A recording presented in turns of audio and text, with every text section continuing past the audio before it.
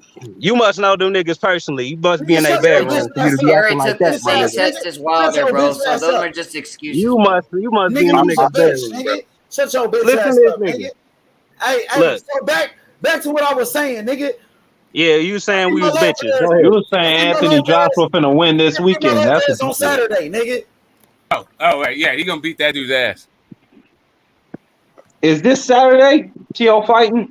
Yeah, he fights Saturday. That's what I'm saying. Y'all Hey, ready for T.O. AJ this ain't Saturday? fighting this. AJ ain't fighting this Saturday. Nah, nigga, what the fuck Fury is wrong beats with you? everybody. Nigga, I don't believe that. I just told your ass T.O. fight Saturday, nigga. You still asking me? Nigga, No, I'm T.O. trying. fight on No, Saturday. Hey, I'm trying to T.O. figure out they fight the same day. T.O. fight on Saturday. Shut the fuck up, nigga.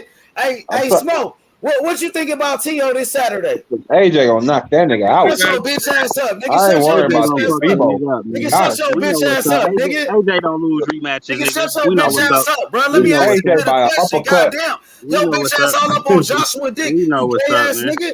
Shut your gay ass up. Bitch We ass know nigga. what's Let me up. ask this man a Is question. Joshua in Nah. two Shut your bitch ass up, nigga. against Usyk? Shut your bitch ass up, gay Then ass when he nigga. gets to Fury, that shit is Oh, gay won, my ass nigga. nigga. Hey, Smoke. So what You you think gay for about the Fury, fight this obviously, Saturday? nigga. You You know, obviously gay for Fury, nigga. you Usyk AJ. spanked Joshua, right? Usyk spanked your boy Joshua, bro. He spanked him, so I don't know why Hey, you're so shut the fucking fuck up. talking. Let Smoke talk. He asked that Yes. man a Hey, question, Yeah, bro. Smoke. let's smoke talk, my Hey, nigga. shut Come your on. bitch ass up. Mark down. Go ahead, Nigga, Smoke. you shut up, nigga. Let Shut your Smoke talk. bitch ass up, you Nobody gay Let's want to ass smoke listen to nigga. that talk. big Come on, butt guys. bitch, Weird ass nigga. nigga. Shut Grow your the fuck weirdo up, ass nigga. up.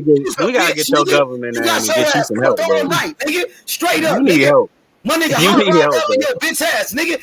Nigga, shut your bitch ass up. Let my nigga This Hot is, Rod cook your bitch ass, bro. This nigga. when mental Nigga, health you's get a out of bitch, control. nigga. This is what you Nigga, get, bro. Hot Rod got on your bitch ass, nigga. Shut your When bitch mental ass up. health get out of Pussy control, ass this is nigga. what happens. You's a bitch, nigga. And everybody know it, nigga. Shut your That's bitch what. ass up. Pussy That's ass what. nigga. 200 You don't know bitches, shit about 300 boxing. pussies. All right. Hey, you And don't know counting. shit about boxing. You All don't know right. shit about boxing, nigga. Shut Hey, your hey, bitch ass kick me up. off. This Just nigga kick went me off missing. the panel This like you nigga did went when I missing. hurt your Michelle feelings Porter about got Haney. knocked out by I know Terence you gonna Crawford. kick me off the Bitch panel ass like you nigga. did when I hurt your You feelings soft, about nigga. Haney Nigga, and you you dick soft, nigga. riding Haney. Shut your I bitch know you ass still up. ain't You got over pussy the ass fact that nigga. I called You you out nigga, for you's dick a riding bitch, Haney nigga. heavily. I Nigga, know you's a you bitch, mad, bro. nigga. You But a bitch, all nigga. you gotta do is Pussy hop ass off the nigga. dick for a Nigga, you a second and you bitch, can think nigga. clearly. I Straight up, know. nigga. Shut your Just hop pussy off the ass up, dick nigga. and you won't You act bitch like this, ass bro. nigga. You embarrassing Nigga, you's yourself. a bitch, nigga. You's a bitch, nigga. Always hating on Terence Crawford. You Is little them the bitch only ass words nigga. you know, bro? Shut your Is them bitch the ass only up, words you nigga. know? With your weak ass conspiracies, I hurt nigga. your feelings. You don't know Oh, shit it about was the boxing, Crawford nigga. comment. Nigga, you That's what did pussy, it. nigga. You Oh, the pussy, nigga. Crawford comment. You Okay, pussy, I get nigga. it. You I pussy, get it. nigga. Bitch I ass nigga. understand. I'm You don't sorry. know shit I'm about sorry, Ray. boxing, nigga. That's what I I wouldn't thought, have said. nigga. I wouldn't have So made shut your those bitch comments ass if up. I knew that You would hurt pussy your ass feelings nigga. this much. Nigga, you's I a really bitch, wouldn't. nigga.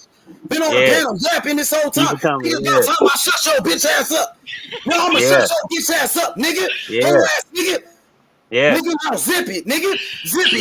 You little bitch ass nigga. Real talk, nigga. Now this nigga Keep it silent. coming. Let's go. He was just running his You really motherfucking winning. mouth. Now when Let's I go. check this whole ass nigga, now this nigga quiet, nigga. Cause he I'm not almost. built like that, nigga. I'm hurt. I'm about to get knocked out. Whole ass nigga. The ref about to stop Nigga, the you fight. a bitch, nigga. Straight up. Oh shit. One Whole more ass bitch and nigga. it's over. Shut your bitch ass up. Oh, Pussy he got ass me. nigga. Oh. Bitch ass nigga. You's a bitch, nigga. Straight up, nigga. Yeah. Nigga, we been getting on your ass, nigga. I'm on your bitch ass, nigga. I'm on your bitch ass, nigga. What's happening, No, nigga? you're on drugs. That's what nigga? you're on, I'm nigga. on your bitch You're on ass, fucking nigga. drugs. Yeah, That's the only thing you're on. Nigga, you always been a bitch, nigga. Always gonna be a bitch, nigga. That's Let's what go. you is, nigga. Straight up. Let's get it. Nigga, you pussy, nigga. You pussy, Yeah. nigga. You don't, hey, Yeah. free smoke, nigga. You's a bitch, nigga. Let's go. Yeah, that's what I thought, nigga. Pussy ass nigga, let's go, nigga. Nigga, I'm always on go. All gas, no brakes on your bitch ass, nigga. Straight up. All crack. Yeah, All crack, no all brakes. gas, no brakes on your bitch ass, nigga. I'm always turned up, bitch ass, nigga. That's what I thought, pussy ass, Sprinkle a nigga. little mouth on Straight it. up, nigga. Sprinkle a little mouth on It's it. a bitch, nigga. Straight up, nigga. Yeah, all these conversations are built off of This you nigga pussy, having nigga.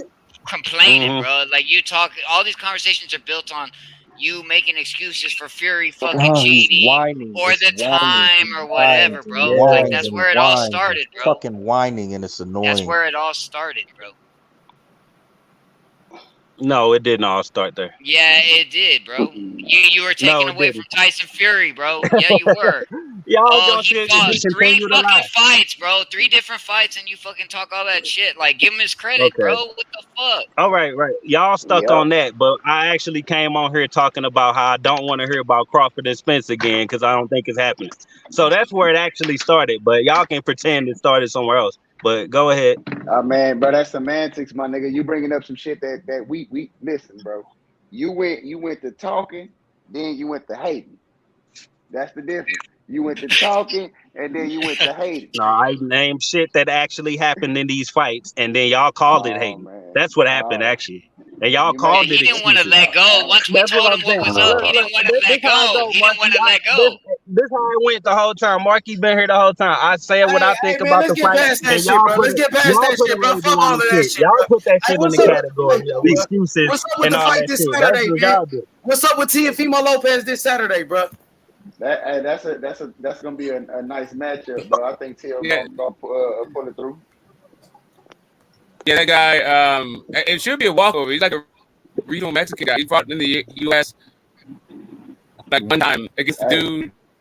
He fought a couple guys. The guy he fought in the States. He fought he fought another guy. I can't remember right now.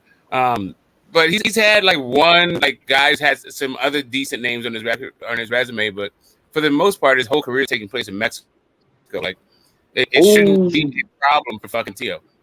If it is, then the Teo guys are a huge problem. Like if he loses Cambosis and then had like some no-name Mexican fighter, like, and I don't mean like Mexican by heritage, I mean like Mexican like by nationality. Like that dude is straight from Mexico, has never fought outside of Mexico. Like I don't know what you're supposed to do with that. Hey, Smoke, this undercard, it don't look too bad. They got Xander Zayas, they got Duke Reagan, they got motherfucking Troy Isley. Yeah, it's a good card. It's a good card. Five prospects. It's good people on the card. I'll put it like that. Like the fights, I think are all like showcase fights. Like everybody that the guy is fighting some guy you never heard of. Huh? You got the prospects. I mean, I don't got no problem with it because this is a tune-up fight. You know what I'm saying? He gotta get back in rhythm. Yeah, it's confidence building. It's a twofer, right? Like it's a new division, and he's coming off a loss. So yeah, you get. But I mean, if you the goods, then you don't give him like a nobody like that. Like you get like there's somebody at 140. Like what's that with Baranchik? Is Baranchik like fucking retired or something? After that Zepeda fight, he might as well. Shit.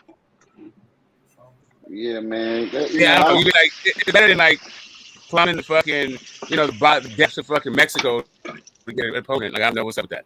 Nah, actually, he got knocked out by Montana Love after that, didn't he? Baranchik. Baranchik? Yeah, Montana Love knocked him out too, bro. He finished. He's finished. Yeah, Montana Love stopped him. Yeah, I thought so. It was man, nasty too. I ain't got no problem with it. I mean, you know what I'm saying? Like I want to. It's just a tune-up fight, bro. Just to get him his face back in the public view. No, I mean, there's tune-up fights and there's tune-up fights. Like for Errol Spence, Danny Garcia was his tune-up fight. I mean, Danny Garcia. Like that's what I'm saying. Like if you're the good, you're the goods. But look, Teo ain't Errol Spence. Correct. That's what I'm saying. He doesn't seem like he's good. He has to get a win. Like he has to get a win. Yeah, I'm saying if they have to go to this level for him to get a win, like that's. I mean, I feel like that's at all. Yeah. Well, it's fun. In what context, Smoke? What do you mean? I mean, like in the Mo Hooker contest. Like after he lost to Ramirez, he went up to like 144 pounds. Do you know who the fuck he fought there? No, you don't. Because after he lost, you didn't think he was the goods anymore. Oh, I see. So is this guy Tio fighting a tomato can or what? Oh yeah, I mean, you heard of this guy, right? The reason why I never heard of him is because he fights in Mexico, right? Like not the fact that like he's just like some underground obscure dude. No, he's like a guy who's not on television anywhere on earth outside of Mexico. Like how the fuck? Yeah. Why would you think that Tio, a former unified champion that beat the pound for pound number 1, 2, or 3 guy in Lomachenko, should be in the same ring with this dude? Even mention it in the same breath as this guy. I mean, it's a tune-up, man. Let the dude get his tune-up, man. Don't criticize. I mean, right? There's tune-ups and there's tune-ups. That's all I'm saying. Like Nakatani was low tune-up. I guess it's a weak tune-up. It's kind of bro. He need like you could give us a better fight. That's a cherry pick. Bro, he just come on. He's coming off that loss. Think of all the guys with losses, right? That you feel like those are real guys. Like like do you think Castaño is gonna come out like for in his next fight? He just got knocked out by Charlo. Do you think he's gonna come out with some obscure fighter nobody's ever fucking heard of because he's televised outside of his fucking home country? Like, exactly. Come on, man. If I can say something real quick, Teofimo Lopez, people they were so shocked that Kambosos did so well, but they kind of forget that Tio didn't he still had a decent fight. I think he got a knockdown in that fight. Like to put him up against an absolute nobody, bro. Like But okay, so check this out, Smoke. Check this out. The dude he's fighting, I just looked at his record, right? He's got 36 fights, 24 knockouts, 1 loss. So he's got more fights than Tio. He's experienced. He's older. Do you not think that's a quality opposition? Okay, so the guy has 169 losses. Is very experienced, right? But it means he fucking sucks. Like all I'm saying to you is, like a guy who's been a regional fighter should not be in there with a world-class fighter if that world-class fighter is the goods, especially if that world-class fighter has already been in there with guys past this dude's level. Like, what are we doing here? And especially when Bob Arum got the whole 140 on his roster, too. What the fuck? Hey, bro, listen. He's still a young fighter. He's in that same category as Ryan, Tank, and Haney and all that. He's still a young fighter. You know what I'm saying? What does that have to put him in there with cans? All right, but let him, because he just got knocked out, man. Let him get He was honestly supposed to be past them. He had surpassed everybody in his little age range, though, when he beat Homer and shit. So he shouldn't be taking a huge step back. Yeah, like there's plenty of guys at 140 that is a better competition, right? Like what you're saying with this, there's actually more. What you're saying with this pick is that you don't have any confidence in Tio whatsoever. Not that you need a confidence booster. That you don't actually have any confidence that he's the fucking goods. That's not that, bro. It is that. I'm trying to tell you. Nobody, when you are the goods, once you come off a loss, you're not putting them with the likes of this. Laura took a fucking loss. He didn't fucking come back to a fucking can from Mexico. Like, come on, man. That's not what you do. See, I'm gonna do what he did to me. You making excuses. You making excuses for Tio. That's what you're doing right now. I'm not. I ain't talking about no fight. I'm saying that it's a tune-up fight. See, now you see how I feel. You can find some guys in Mexico, bro. Those numbers. Yeah, you can find like what's up with like yeah, man. You can find some guy coming off a loss or some other thing like like drained or like off the couch, but at least it's a name that you know. Like he's been in some fight with some people. Like you look at that dude's name on his resume and you don't recognize, and it's a cool record, right? But you don't recognize any of those fucking names. No, I totally agree in the sense that like Teofimo is actually like an attract. Like for me as a boxing fan, like I actually want to see. Like when I hear, I don't give a fuck he lost in a close fight. Like I want to see him against a more entertaining fighter, bro. Like I know there's other people he could have fucking grabbed out of the bag, man. It's not like. I mean, like how are you supposed to judge it? I mean, how are you supposed to judge it if you've never heard of the dude, you've never seen the dude fight? What if it's a hard fight for Tio? Then what are you supposed to say about where Tio is? What if it's an easy fight for Tio? What is that supposed to mean about where Tio is? I mean, why do you put him in there with a can? listen, Period. Like, Well, I this look, word can. I'm not gonna say this dude is a can because, like you said, we haven't seen him fight. So how can we automatically determine he's a can off rip? I'll tell you how. I'll tell you how. Because he's a regional fighter. It's not even like world level. Like, none of the guys who's been in there world level fighters. They haven't fought I'm for it. about to Like, go. none of these guys. That doesn't necessarily mean he's a can, Smoke. That's why I'm telling you he's a can. Like, We me, can like, if only you're judge Then it that's by what we see subjective, on Smoke. we That's see I though. mean that's your I opinion. know, That's subjective. I got it. But using the term is like subject. Like, just kind of like there's no objective way to use the word can. Like, it's just kind of like Okay, but then we saying, can't like, make that definite determination. all I'm that saying, like, can when I is- say can, I'm talking about a light snack. I'm not talking about the guy's a bum or he's never going to be anything. I'm saying that Teofimo Lopez is a world-class fighter. This dude is a tuna fish can. Like, he's a can of fish. He's a light fucking snack. No. How about we just call him what he is? A regional fighter, Smoke. How about we just call him that? That's what I did. Man, I what's up did. with I this? also called him a What's up can. with Okay, this a overly regional fighter respectful doesn't shit today, necessarily man? Why mean y'all can. so It's not overly like I'm saying, what I'm respectful? saying to you you know is what I'm that saying? here's what I'm Like, saying. I'm telling you, this is what I'm really saying. Just like Emmanuel to go should have never been in a motherfucking ring with Ryan Garcia. This guy should have never been in a ring with Teofimo Lopez. At least Ryan Garcia has never even fought in the championship fight. Fucking Teofimo Lopez is a former unified champ. And he's The fuck at a you new talking weight about? class, and he's coming off a Correct. loss. man, that dude is a Correct. fucking That's why can. you. But that That's dude why. is a That's why you fucking put him in can. there. Fuck all that Exactly. shit, That's why man. you put him in there. It's why you put him below in there. expectations for a fighter of his being in the top. It really is below Right. expectations. All I'm The saying to you, pointless like, fight. Nakatani, right? Yeah. Talk about Felix Verdejo. Felix Verdejo was coming off of a fucking loss. They put him in there with Nakatani. Even Martin, like Marinez was coming off a fucking loss. They put him in there with Comey. Comey was coming off a fucking loss. Actually, he was coming off a loss. They put him in Marinez. Marinez was like arguably like he beat fucking Rolly, but didn't get the fucking nod, right? But we knew who the fuck Marinez's last opponent was. Like Teofimo Lopez is not even there with the equivalent of Jackson Marinez. Let him Like, what are we get, talking let Yeah. him get back on his feet, man. about? Now That's it's back. that's pretty much what it is. Yeah. Why A did he lot of accept anything, people bro? are gonna call him a can, bro. Like Smoke's not like in How are I'm we gonna not. say he's back I'm not on his just. feet? No matter what happens in this fight, how is that gonna mean he's back on his feet? Hey, bro, but Bro, look, check this how, out. I understand how, everything you saying, but all I'm saying is I don't know what's in his mind. I don't know what's in his head.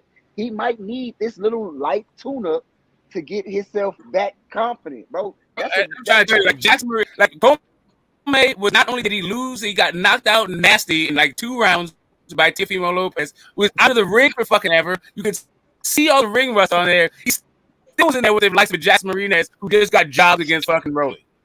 Well, that dude just had a point though, because you gotta understand, Teal accepted a fight with a guy that's a no name that nobody cares about. So maybe he's in a spot where he really needs him. Obviously that speaks on his confidence a little bit. yeah, Well, yeah. I mean, What happened with that heart if fighters, condition though, too? Like, is that real? Teofimo, as a young fighter, is picking his fucking fights, then he has too much on his fucking plate. If this dude is also doing his own matchmaking, like he has time to fucking watch all the goddamn active fighters at 140, like he needs a better team if that's what's happening. I mean, hey, but look, I don't know what he dealing with personally. He probably dealing with depression. I don't know. He probably, you know what I'm saying? His confidence probably got destroyed against what's the name? All I'm saying is let him get his. Hey, look, let him get this little tune up out the way, and then we can see if he fighting them guys again. Hey, why is he getting more leeway than Ryan though? When Ryan cherry picked, everybody talk about it. And he said, well, come on, man. Let me just finish real quick. Why is he getting more leeway than and when he actually more accomplished than Ryan? Hey, look, if you listen, if you heard, hey, but look, if you I don't know heard what me you on the mean by panel leeway. before, My point is they both was coming off layoffs, and one fought Tago. You see where you know where I'm going with it. Yeah, but I just don't understand how you're ignoring the fucking third punch bowl. Like, I get it. I mean, we can use all the diplomatic language in the world, right? We can use all he's coming back off build back confidence booster, showcase fight, stay big. We can use all of those terms, and it's true. He's in that situation, but the guy that you put in that situation to put against says a lot about where you think You're like what the kind of like quality of the product you think you have. No. Let me explain it. I I'm mean, not this is an argument to make. I'm not a TO fan. I'm not a fan of many boxes. There's only a few boxes I'm actually a fan of. I'm a fan of boxes, but I'm unbiased to the extent that I never criticized Ryan for quote unquote cherry picking. I never criticized that at all, literally ever. I'm not gonna criticize T.O. Let them boys get back on their feet. I don't know what they thinking. They might be weak minded. That's probably how they is. But maybe they need these little bullshit ass fights to feel confident enough to fight these niggas. Yeah, I got you. But why are you I don't why are you disagree. okay with it though? I'm not judging them. I'm not judging them in the way that you're judging. I'm just talking about like I think you need to manage your expectations from these guys because of the show. For the right thing, I get it. I'm not mad at them for cherry picking. I'm just saying that those guys don't believe that they're really the goods. If you put them in with these kinds of this caliber of fighters.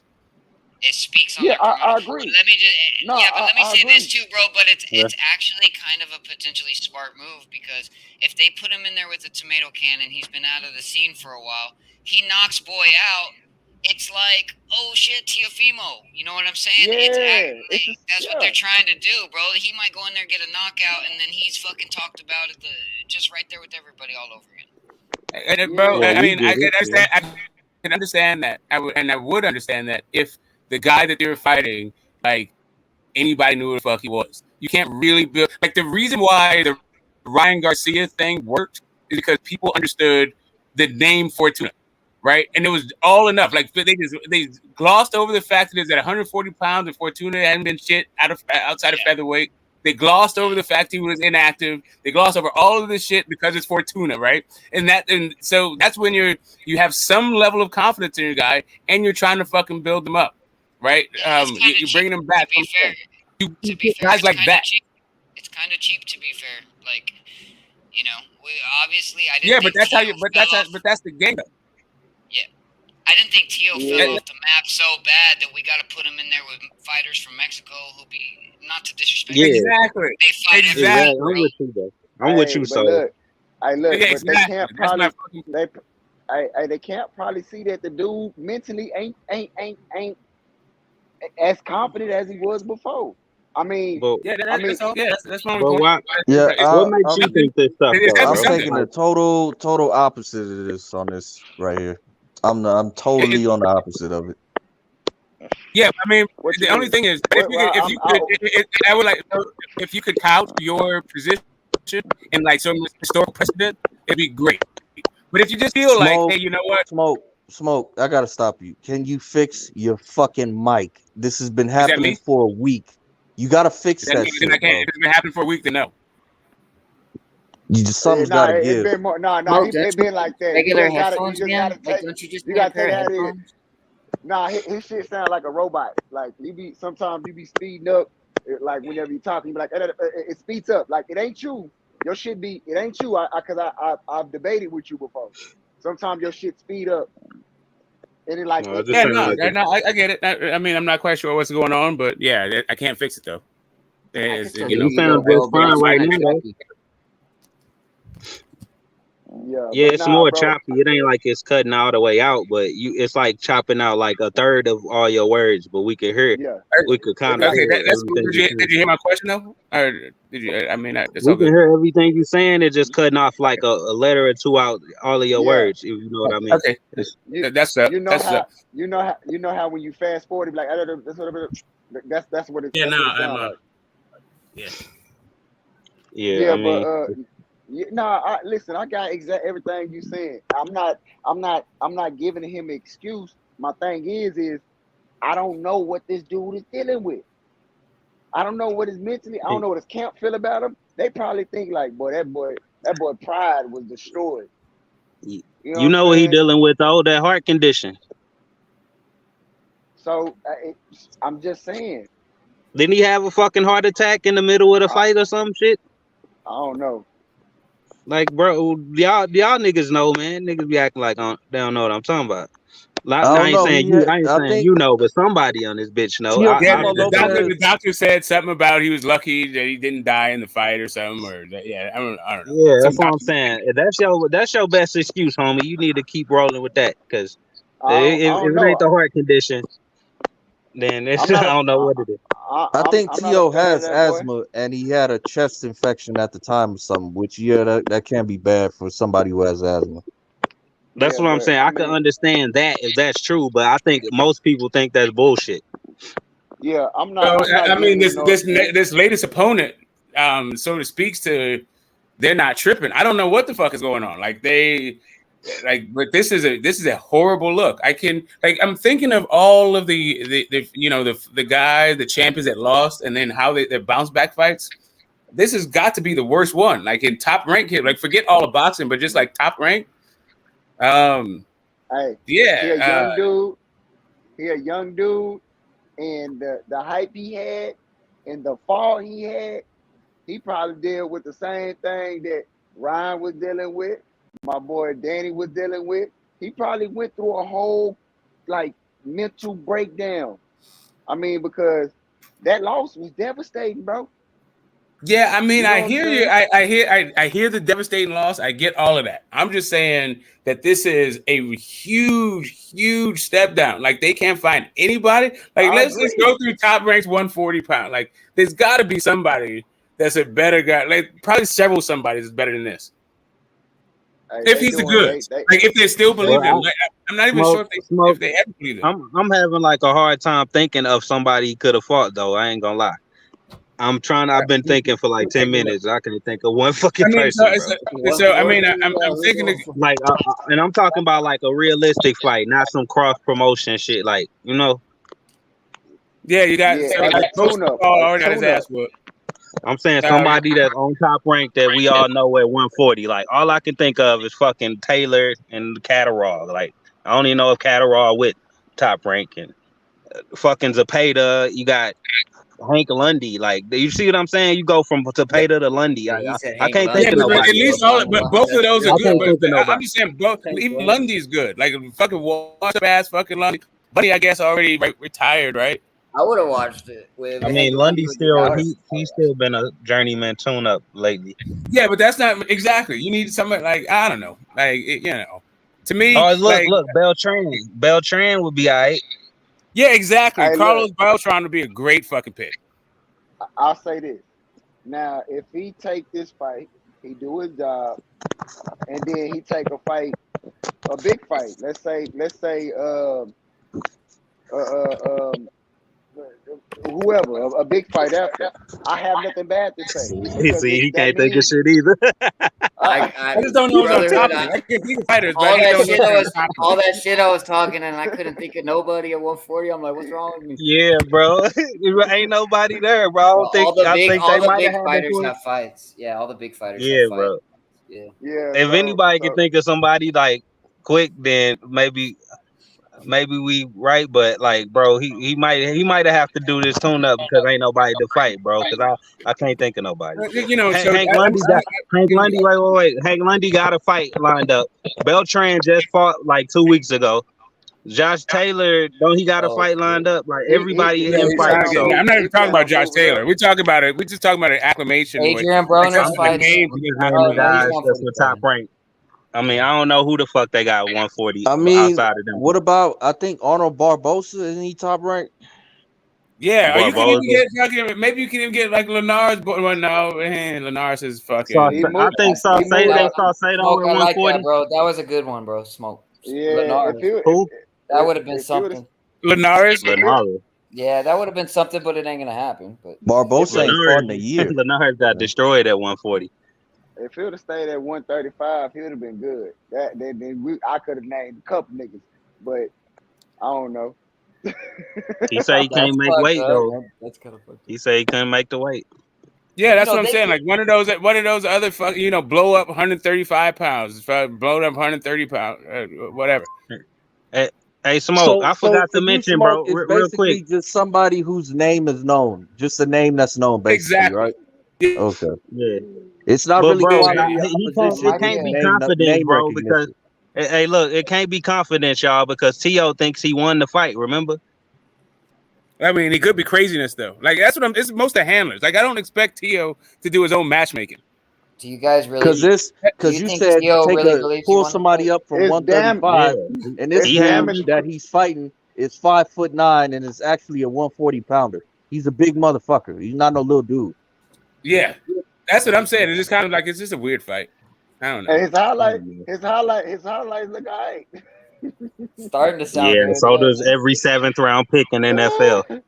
But that's why I'm not prepared to say, oh, he's a bum, he's a tomato can. I'm not until I see what's in the ring. I can't say that. That nigga's a bum till further notice. No, see, I never like. I don't think the bum part wasn't the issue. It's the regional fighter aspect of it. If you actually go in there against a regional fighter and make that dude look like he's world class, then that's something about you. That's not something about the fighter. No, that's something about the fighter, Smoke. That's something about the fighter. No, that's something about you, bro. And Not- the fight, no, though. no, If Tiafimo looks bad against that's not gonna look good. I'm trying to tell you, like when Immaculate to Go, who's also a fighter, made fucking Ryan Garcia look the way he did, that was because of Ryan Garcia's deficiencies. It wasn't because Immaculate to Go is that great fighter. Hey, but look, I gotta say one defense because the dude might really be a good fighter. Because I mean, Canelo was a regional fighter for a while.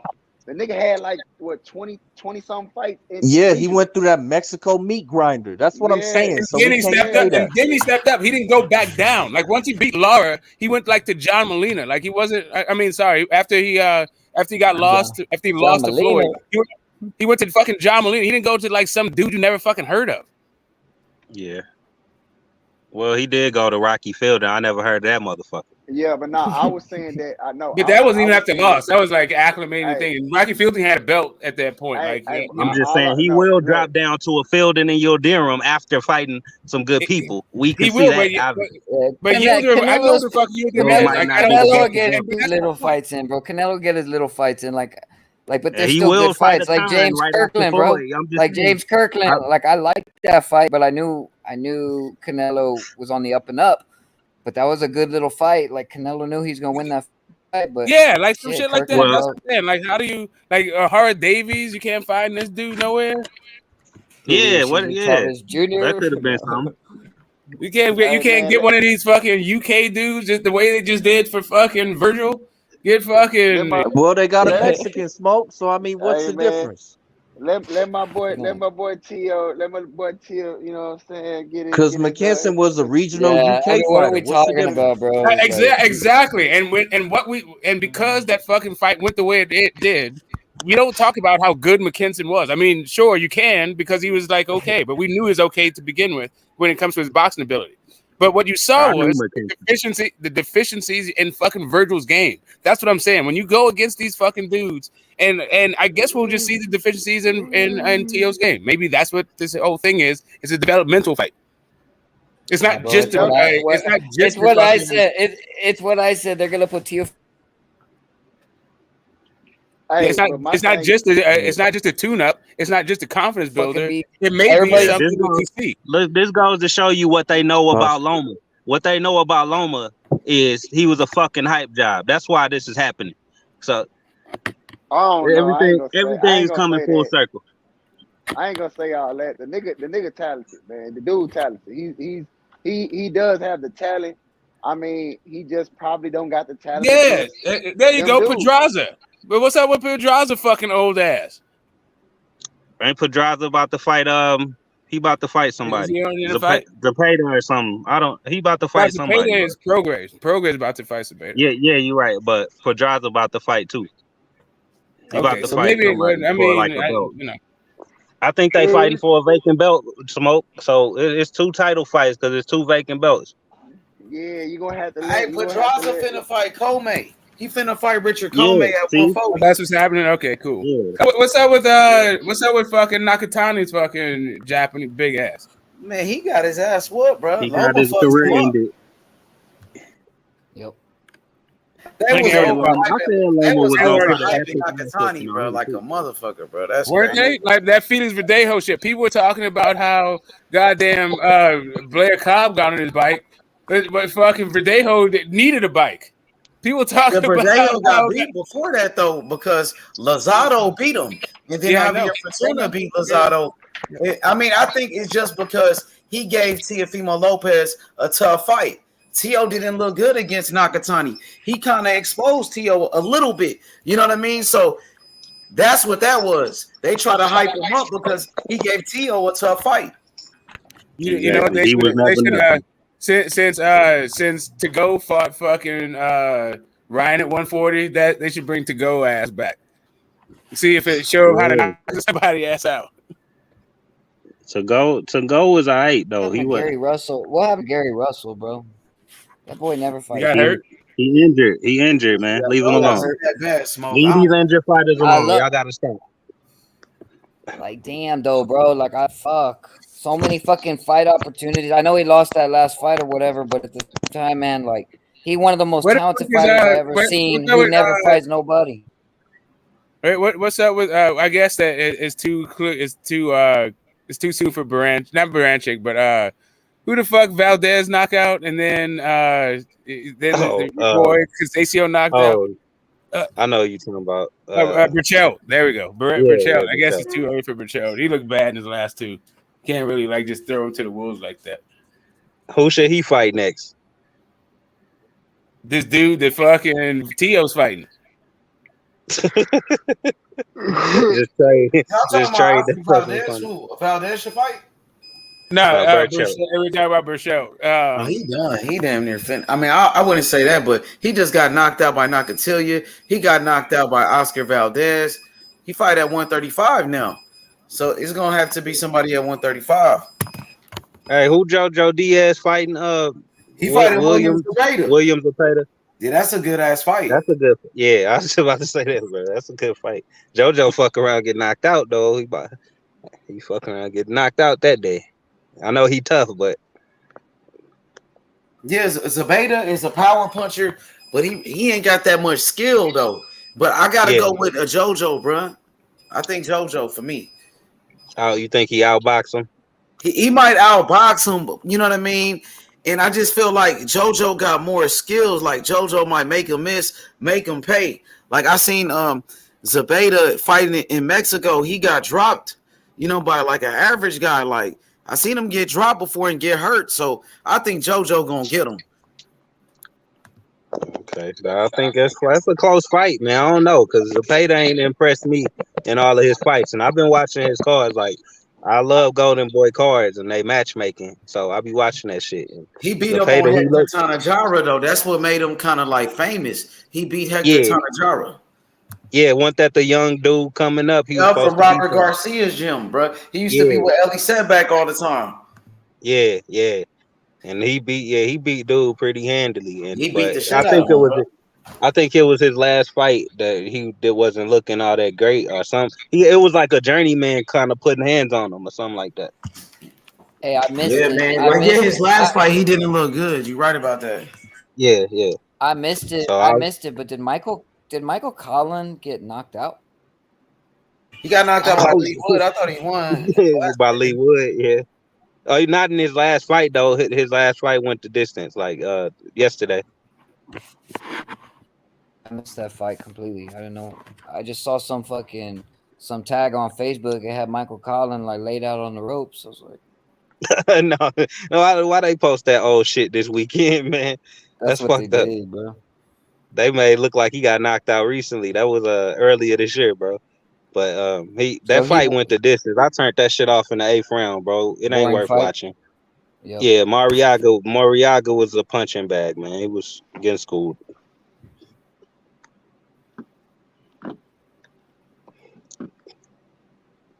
I don't know how Loma ever let him land a fucking punch the way he looked.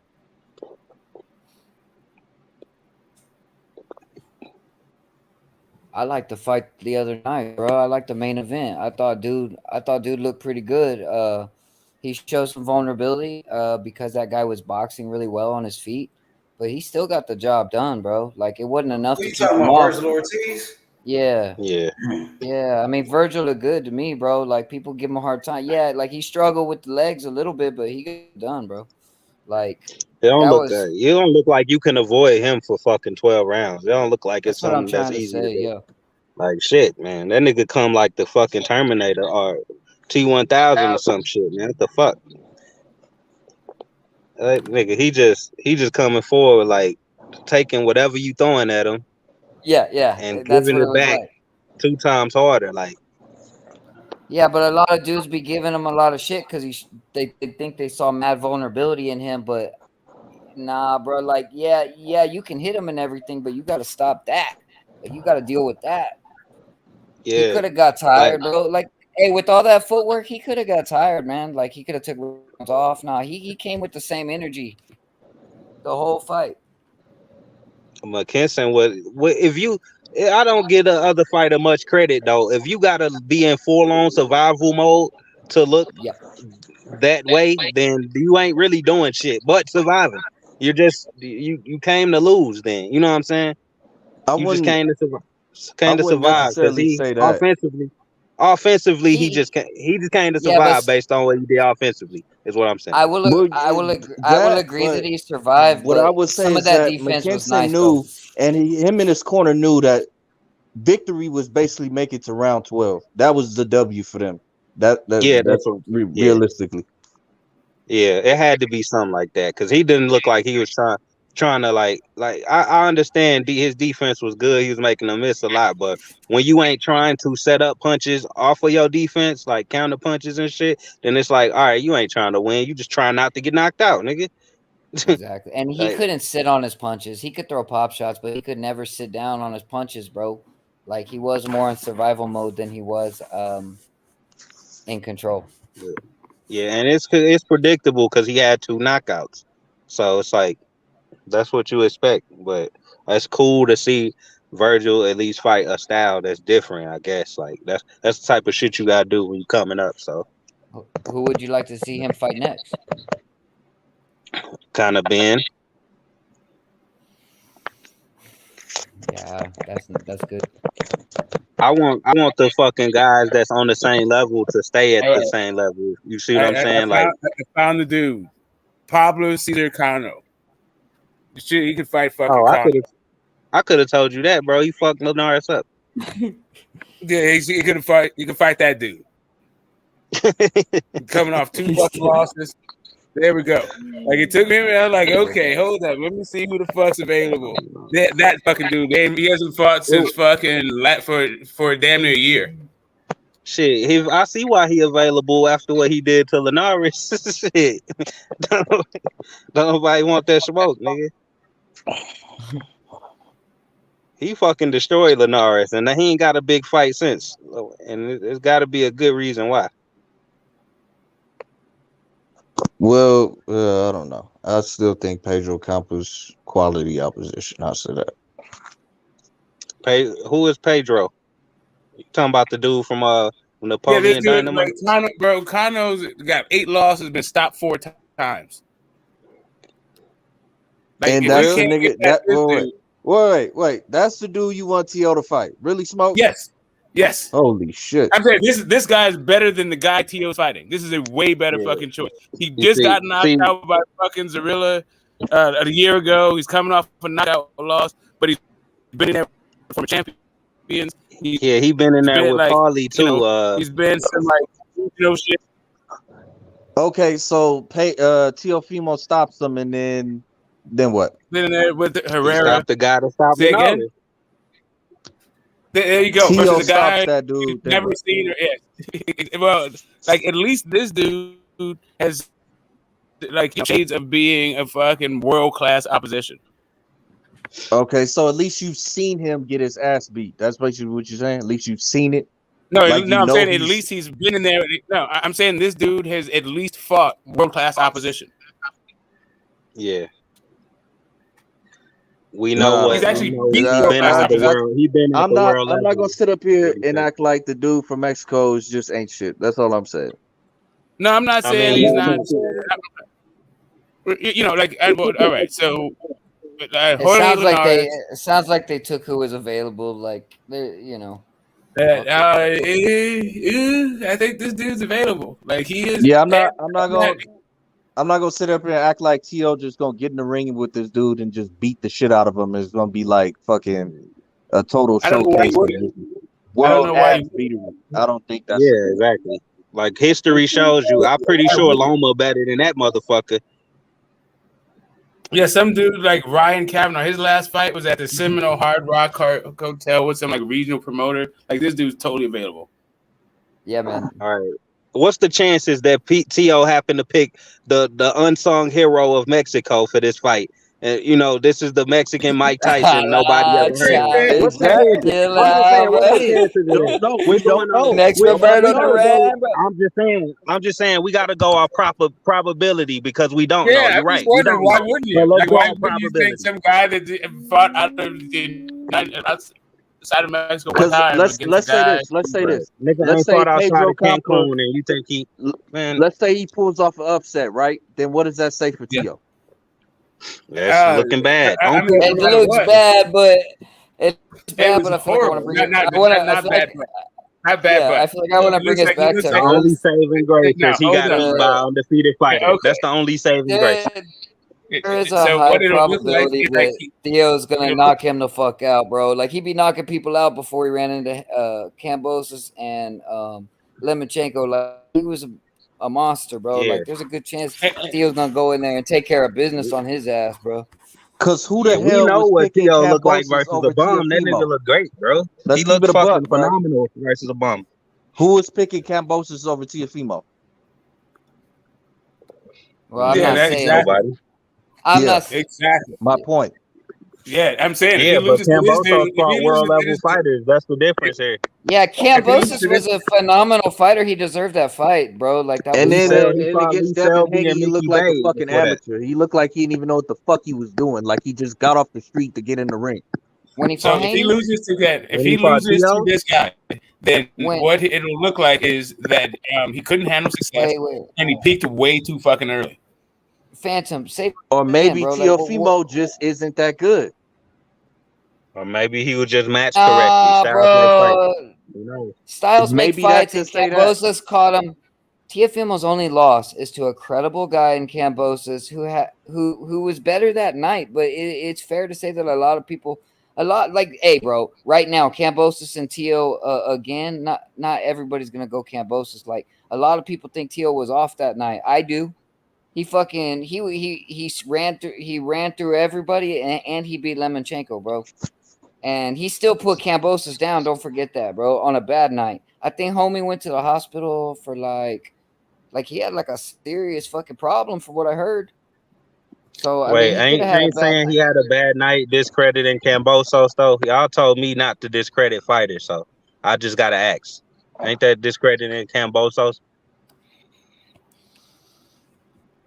I don't fucking know. was thrilled, bro, when Kambosos won. I thought that was badass, bro. I'm just saying that, like, to stoop Teofimo down to a level where we say maybe he just wasn't that good.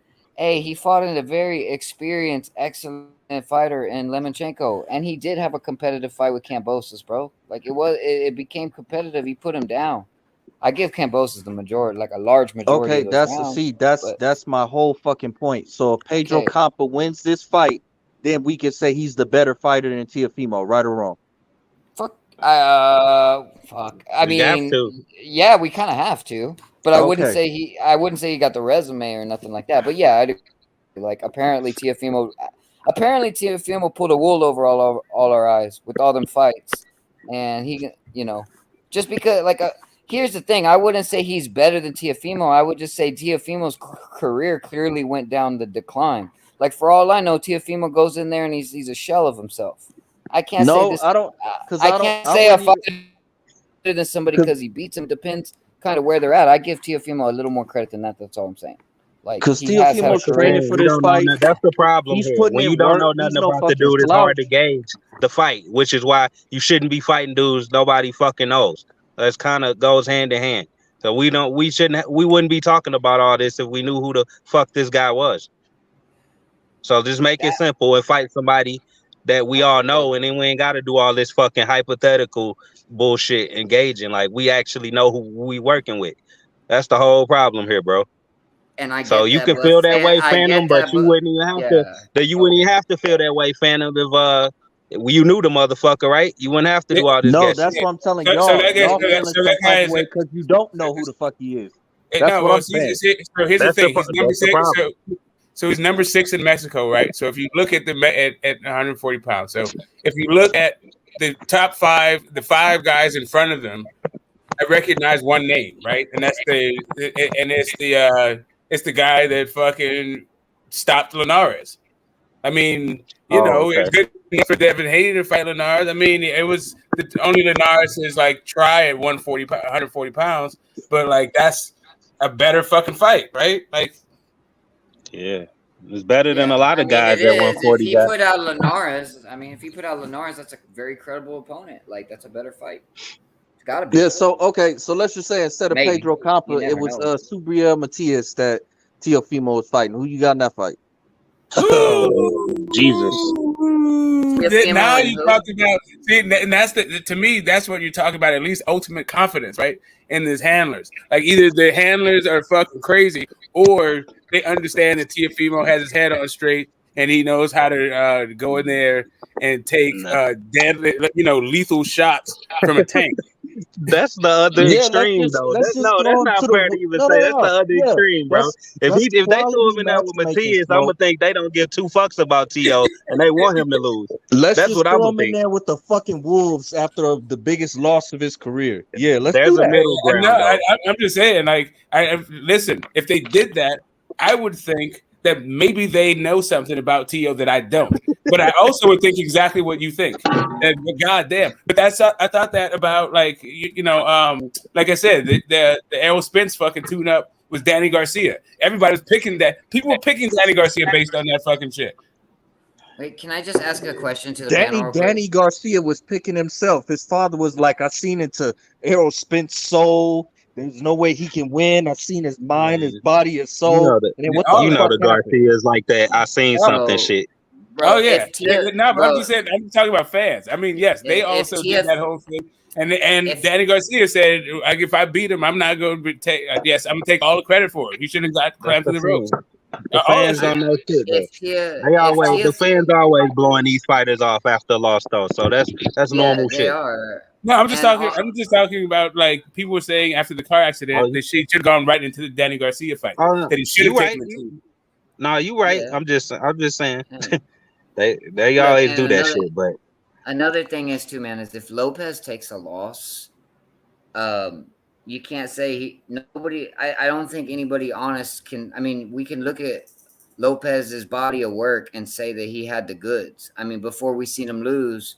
So to me, if Lopez loses to a guy that we think is just like okay, that's more on his mindset, bro. Like anybody who beats anybody who beats a relevant champion, even if they're young in their career, they kind of still got to build up and prove that shit. Like you could fuck around and fight a good fighter on a bad night. Maybe Lopez, like this happens in sports. This does happen. Like guys take a loss and they're never the same. That could happen with Lopez. You know what I'm saying? But like, I wouldn't say that I misunderstood him. I've seen him in fights and he was a fucking beast. He had the goods, good power, bro. Like, what if he just another Buster Douglas though? What if he just Buster Douglas? Could be. He beat Loma. That's it. Could be. I'm just saying, unless I'm not confident.